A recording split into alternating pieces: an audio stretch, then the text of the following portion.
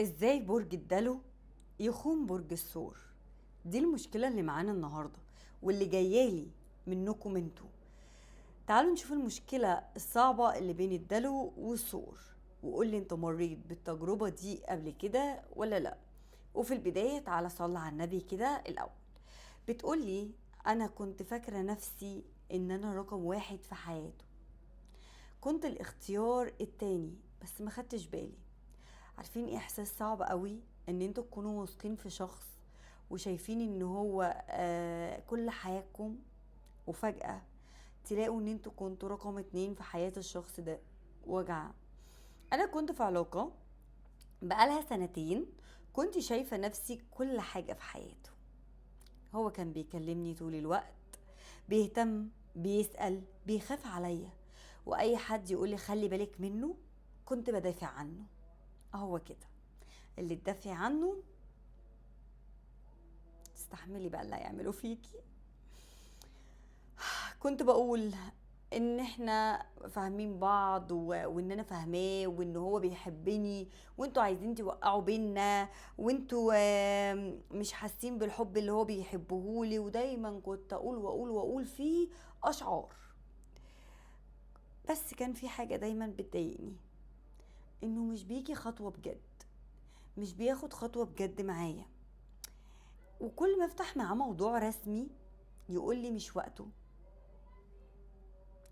لسه بكون نفسي، لسه مش عارف ايه. وانا بصدق واستنى.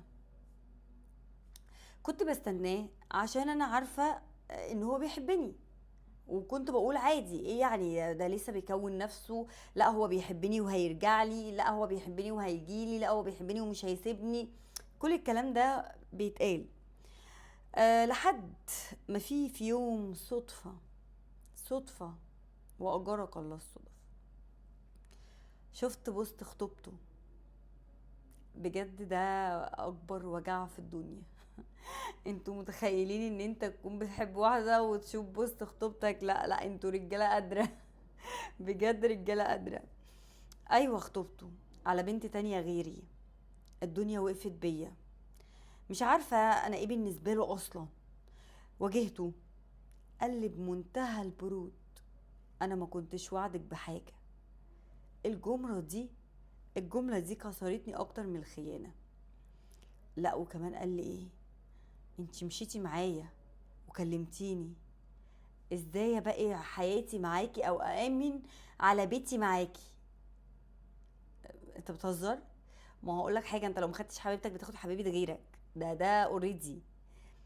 لاني فجاه اكتشفت اني انا اللي كنت حاطه نفسي في مكان مش مكان.